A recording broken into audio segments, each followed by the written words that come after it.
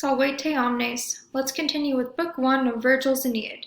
Qui sum influctu pendent, isunda deiscens, terram interfluctus aperet, furet aestus arenis, tres notus abreptas in saxa latentia turquet, saxa vocanti tali mediis quae in fluctibus aras, dorsum imane mari sumo, tres iurus ab alto in brevi et sirte surget, miserabile visu, illidit quae vadis, atque agere cingit Aeneid. So these men hang on the highest wave. They hang on the peak of the wave. For other men, or some and others, some hang on the highest wave. For others, a gaping wave reveals the land between the waves. So this is a little bit strange. This is saying that there's a huge wave and it gapes up on both sides, I believe. So then you can look in and see the bottom of the seafloor.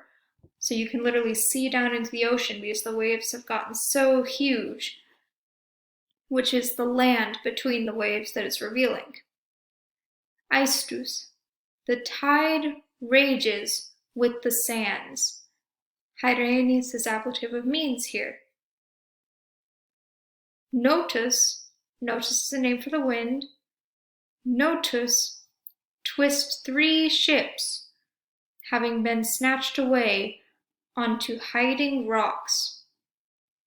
Rocks, which the Italians call the altars, in the middle of the waves. A huge back on the crest of the sea, or a huge reef on the top of the sea. Eurus, another name for another wind, urges 3 ships from the deep into the shallows and the reefs, or the sandbanks, the sirtes. Miserable to see. And Eurus forces them into the shallows and surrounds them with a mound of sand. So let's talk a little bit about a couple of these words. Notus is actually the south wind. Whenever you see notus, you might think it looks like north, but it means the opposite. It stands for the south wind. Eurus means the southeast wind. These are both just proper names for the winds. In translation, you can call them Notus and Eurus, but just know that they're names for winds from specific directions. So it's talking about what the winds are doing to these ships. Here, tres, you'll notice it doesn't agree with anything.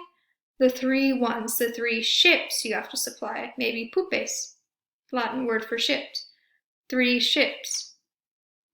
Notus twists 3 ships onto hiding rocks. So there are these rocks and it crams the ships into the rocks. Rocks which the Italians call the altars. This is just giving some scenery and some background on the area. Now Eurus, another wind, does more to 3 other ships. So Eurus forces 3 other ships into the shallows and the sandbanks. So he's crashing these other ships into the shore. Miserabile visu. This is an important phrase. Visu is a supine. Supine is a unique Latin form, and it's just translated as miserable to see. A similar one would be mirabile dictu, which is miserable to say, miraculous to say. And that's something that you may see in other places in translation. Supine.